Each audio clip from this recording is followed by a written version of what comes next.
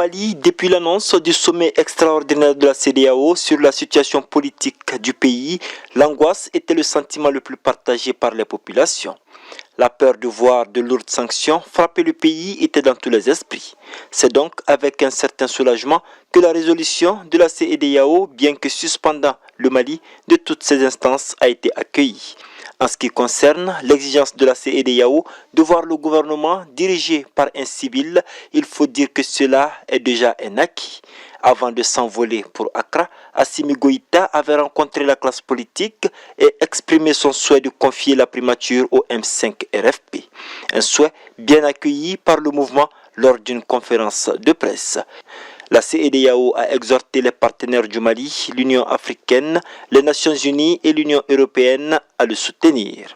Ici, l'on souhaite que la France, qui s'était montrée farouchement contre ce coup de force, soit réceptif à ce message. Si le médiateur Goodluck Jonathan est attendu à Bamako dans une semaine pour discuter avec l'ensemble des acteurs, la CEDEAO a exigé à ce que le calendrier électoral soit respecté, notamment la date du 27 février 2022 prévue pour l'élection présidentielle.